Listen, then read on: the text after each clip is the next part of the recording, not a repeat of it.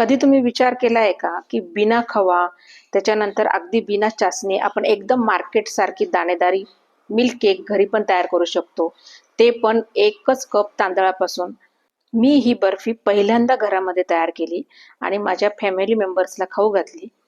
खाऊन त्यांना म्हणजे अगदी विश्वासच बसला नाही, की फक्त ही आपल्या तांदळापासून बनवलेली आहे. अगदी मावा, पनीर, मिठाई यांच्यापेक्षा पण ही मिठाई इतकी छान होते, की तुम्ही एकदा जर करून बघितली ना, तर सारखी तुम्ही याच तांदळापासून तुम्ही ही मिठाई करून बघाल. इतकी छान आणि इतकी मस्त आणि इतकी चविष्ट होते. ही मिठाई जर तुम्ही एकदा बनवली ना, तर इतकी छान आहे, इतकी छान टेस्टी होते. तर तुम्ही अगदी पहिल्यांदा जरी बनवणार असाल ना, तरी सुद्धा तुमच्याकडनं ही अगदी परफेक्ट तयार होणार आहे आणि एकदम आपल्या घरातल्या ज्या वस्तू आहेत त्याच्यानेच तयार होणार आहे. तर चला रेसिपीला सुरुवात करूया. तर इथे मी 1 कप जो आहे तो माझा 250 ml चा आहे, तो घेतलेला आहे आणि आपले साधे जे तांदूळ आहेत तुमच्याकडे जो पण तांदूळ असेल तो तुम्ही घेतला तरी चालणार आहे आणि तो आपल्याला स्वच्छ असा धुवून घ्यायचा आहे. पाहू शकता तुम्ही. तुम्हाला जर इथे वेळ असेल तर तुम्ही अगदी 1-2 तास जरी हा तांदूळ भिजत घातला तरी चालणार आहे. पण मी आज इन्स्टंट बनवणार आहे, त्याच्यामुळे पूर्ण तांदूळ हा स्वच्छ धुवून मी एका चाळणीमध्ये ठेवणार आहे. त्यातलं पूर्ण पाणी आपल्याला निथळून घ्यायचं आहे. त्यानंतर मी एका रुमालावर हा तांदूळ जो आहे अगदी अर्धा तास फक्त आपल्याला पंख्याच्या खाली वाळवून घ्यायचा आहे. त्यामधलं पूर्ण पाणी सोक झालं की मग आपल्याला हा तांदूळ घ्यायचा आहे. आता इथे मी एक पॅन घेतलेला आहे आणि त्या पॅनमध्ये मी 4 ते 5 चमचे जे पोहे खायचे चमचे असतात, त्या चमच्याने मी इथे तूप घालून घेतलेलं आहे, साजूक तूप. आणि ते छान असं मस्त वितळलं की आपण जे तांदूळ घेतलेले होते ते छान कोरडे झालेले आहेत, तुम्ही पाहू शकता. ते आपल्याला ह्या तुपामध्ये, ह्या पॅनमध्ये टाकून घ्यायचे आहे आणि मस्त आपल्याला हे रोस्ट करून घ्यायचे आहे. बघा, लो टू मिडियम गॅसवर आपल्याला हे छान अगदी कलर चेंज होईपर्यंत रोस्ट करून घ्यायचे आहे, खमंग अगदी. असे आपण हे जर रोस्ट करून घेतले ना खमंग, तर आपली जी बर्फी आहे ना ती खूप छान लागते, टेस्ट पण खूप छान लागते आणि एकदम दाणेदार देखील तयार होते. तर इथं जवळपास मला 15 तरी मिनिटं लागलेले आहे. तर पाहू शकता तुम्ही. आणि तूप पण खूप छान सुटलेलं आहे. याचा कलर पण देखील तुम्ही पाहू शकता किती छान मस्त असा चेंज झालेला आहे. आणि आपल्या ह्या 1 कप तांदळापासून आपली जवळपास 1 किलो मिठाई ही तयार होणार आहे. पहा किती छान अगदी मस्त रोस्ट झालेले आहे. अगदी मोकळे मोकळे मस्त झालेले आहे आणि कलर पण किती सुंदर आलेला आहे ना. आता आपल्याला हे सगळे एका प्लेटमध्ये काढून घ्यायचे आहे. तर मग आता मी एका प्लेटमध्ये काढून आपल्याला गार करून घ्यायचं आहे आणि याच्यामधलं जे एक्सेस तूप आहे ना, ते काढून घ्यायचं आहे आपल्याला. तर मी आता हे एका प्लेटमध्ये काढून घेणार आहे. बघा, आपली आजची ही रेसिपी जी आहे एकदम इंटरेस्टिंग होणार आहे, एकदम सुंदर अशी बर्फी तयार होणार आहे. तर आता मी हे तांदूळ जे आहे सगळे थंड करायला ठेवणार आहे. पाहू शकता तुम्ही. आता हे आपले जे तांदूळ आहे मस्त गार झालेले आहे आणि याच्यामधलं एक्सेस तूप जे आहे ते मी काढून पण घेतलेलं आहे. आता हे सगळे तांदूळ जे आहे रोस्ट केलेले आपल्याला एका मिक्सरच्या जारमध्ये काढून घ्यायचे आहे. तर मग मी आता हे सगळे एका मिक्सरच्या जारमध्ये काढून घेणार आहे. एकदम मस्त असे हलके झालेले आहे आणि एकदम छान अगदी रोस्ट केल्यामुळे ते एकदम छान असे फुललेले देखील आहे. आता यामध्ये मी ना जवळपास त्याच कपाने अर्धा कप मी इथे पांढरे तीळ घेतलेले आहेत. आणि आता थंडीचे दिवस आहे, पावसाळ्याचे दिवस आहे, तर तीळ खाणं खूप छान आहे आपल्या शरीराच्या दृष्टीने. आणि त्याच कपाने मी अर्धा कप डेसिकेटेड कोकोनट जे आहे ते घेतलेलं आहे. आता हे तिन्ही जे जिन्नस आहे आपल्याला हे मिक्सरला छान असं ग्राइंड करून घ्यायचं आहे. आपल्याला खूप बारीक पण करायचं नाही, खूप जाड पण ठेवायचं नाहीये. पाहू शकता तुम्ही. तर आता हे छान मस्त मी मिक्सरला दळून घेतलेलं आहे. पहा, आता हे थोडंसं मला अजून जाड वाटतंय, तर मी पुन्हा आता थोडंसं दळून घेणार आहे.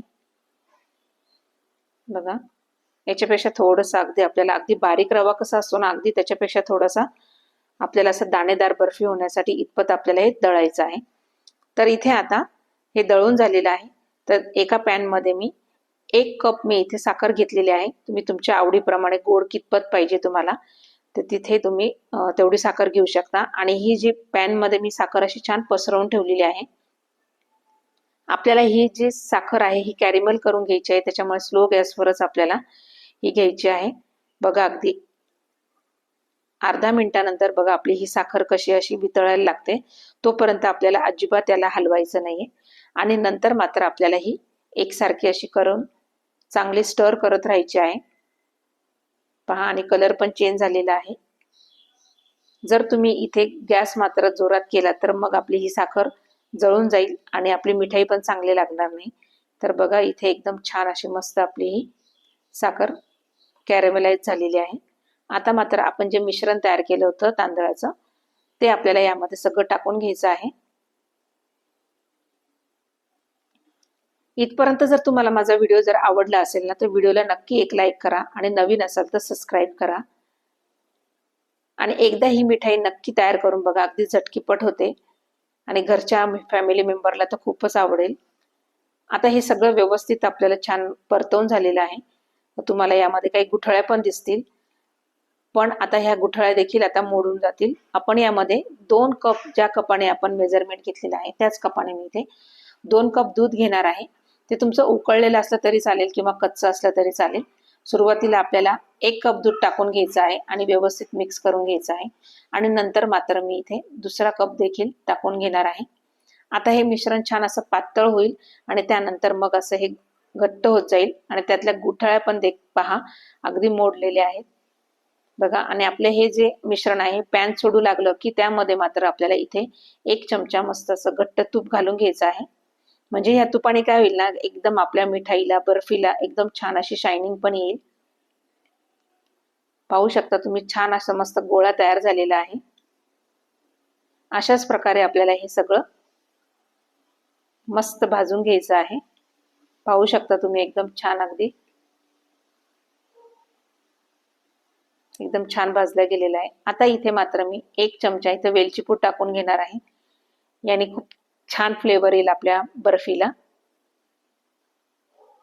पहा, कलर पण किती सुंदर आलेला आहे ना. कोणी म्हणणारच नाही की ही तुम्ही तांदळापासून तयार केलेली आहे.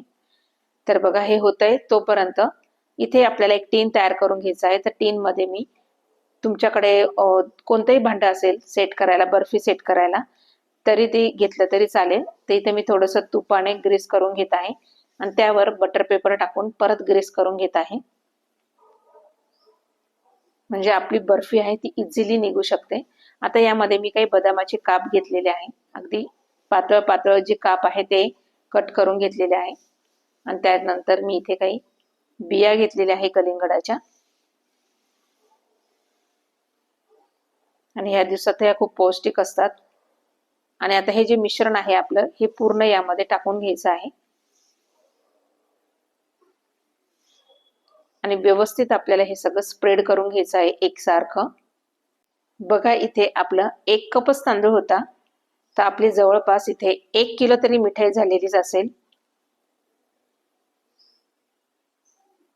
आता हे सगळं आपल्याला स्प्रेड करून ठेवायचं आहे आणि आता हे अर्धा तास तरी आपल्याला हे बाजूला ठेवायचं आहे. पण आपल्याला, तुम्हाला जर अजिबात वेळ नसेल, घाई असेल, तर तुम्ही अगदी फ्रीजमध्ये देखील सेट करायला ठेवू शकता. तर बघा, अर्धा तासानंतर आपली ही बर्फी जी आहे छान अगदी सेट झालेली आहे. तर याच्या आपल्याला कडा मोकळ्या करून आपल्याला ही डिमोल्ड करून घ्यायची आहे. बघा, आता मी ह्या सगळ्या कडा मोकळ्या करून एक घेतलेल्या आहे आणि एक प्लेट ठेवलेली आहे आणि त्यावर आपल्याला हे पालथं करायचं. बघा, अगदी इझिली निघत आहे आणि आपण खाली ड्रायफ्रुट्स वगैरे टाकलेले होते, त्यामुळे मिठाईचा कलर वगैरे, मिठाई पहा किती छान दिसते आहे. तर इथे आपल्याला याचे, तुम्हाला जशा साईजचे पाहिजे असेल तशा साईजमध्ये तुम्हाला हे कट करून घ्यायचे आहे. अगदी इझिली कट होते आहे. बघा, जितकी जास्त छान दिसायला आहे ना, तितकी छान अगदी टेस्टी आहे. खायला पण खूप सुंदर आहे. पहा, किती छान अगदी कटिंग झालेले आहे. अगदी थोड्या वेळामध्येच आपली ही बर्फी जी आहे तयार झालेली आहे. आणि खरं सांगू का, इतकी छान, इतकी सॉफ्ट आणि एकदम मस्त अशी दाणेदार बर्फी तयार झालेली आहे. मार्केटपेक्षा पण खूप भारी लागते बरं का ही. एकदा तुम्ही नक्की ट्राय करून बघा. खूप सुंदर झालेली आहे पहा. आणि एकदम छान अशा वड्या पण निघताय आणि एकदम सॉफ्ट झालेली आहे. कलर वगैरे, टेक्स्चर वगैरे पण किती सुंदर आलेलं आहे. कोणी म्हणणारच नाही की ही बर्फी तुम्ही अगदी मार्केटमधून आणता घरी बनवलेली आहे. तर एकदा नक्की ही रेसिपी ट्राय करा. बघा, एकदम सॉफ्ट आणि एकदम दाणेदार झालेली आहे. चला तर भेटूया पुढच्या व्हिडिओला. तोपर्यंत धन्यवाद.